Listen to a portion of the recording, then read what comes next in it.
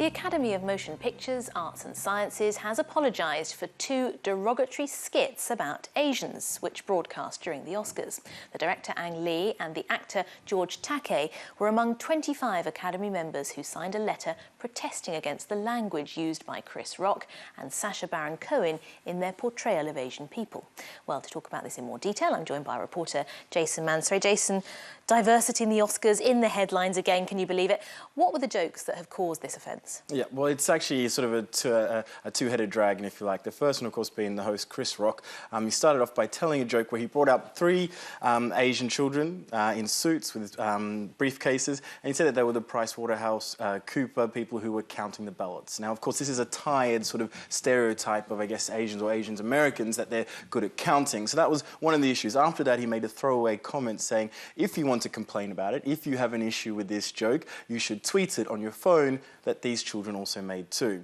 Obviously, that has some context in regards to child labour there. The other part of it was Sacha Baron Cohen. Now, when he did his speech, he made a joke about yellow people and little people. And what he was talking about, of course, was the cartoon characters Minions. But a lot of people are still taking offence to that as well. He let people draw their own conclusions.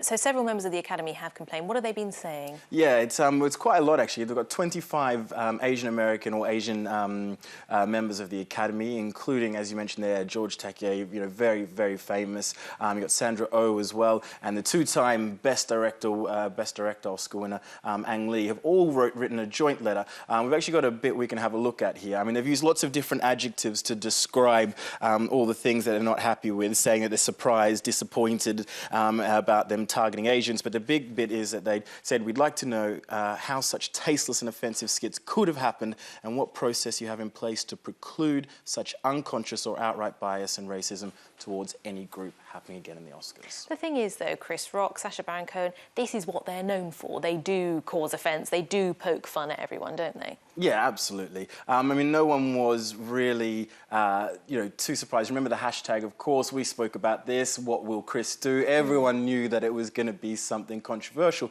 But obviously there's an end game to this. It is the audience themselves and the people in these minority ethnic groups who feel something about it. We've got a quote here it's actually from one of the signatories, or rather a soundbite we can have a listen to, from one of the signatories. Let's have a quick listen to this now.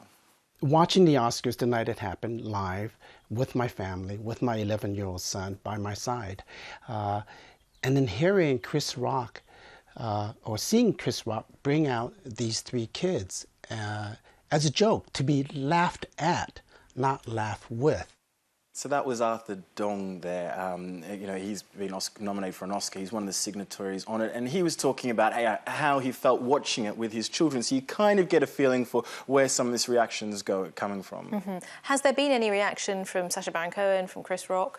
Yeah, I want to talk about this. Is quite interesting because, of course, Sacha Baron Cohen beforehand, actually talking to Reuters' Mike Davidson on the red carpet. This is the guy who, in 2012, spilt, pretend ashes that were Kim Jong-il's on Ryan Seacrest to promote his film Dictator. But have a listen to what he said on the red carpet before when asked about the diversity debate. This is Sacha Baron Cohen.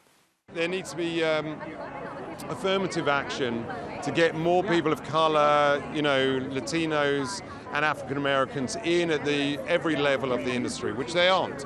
We're here in LA with one of the biggest African American populations in America, and yet Hollywood is almost exclusively white. There we go, me being serious. So yeah, you can see there, as you said, being serious, quite unusual, but it was quite an enlightened conversation there. The problem at the moment is that we haven't had a very robust response from the Academy of Motion Pictures, Arts and Sciences. The closest they've got is to say that they're sorry that it offended anyone, but no real action as to going forwards. But we do know they are getting more diverse. Jennifer Yuen Nelson, Korean American, has been put on as a governor for AMPAS. OK, Jayson, thanks for that roundup.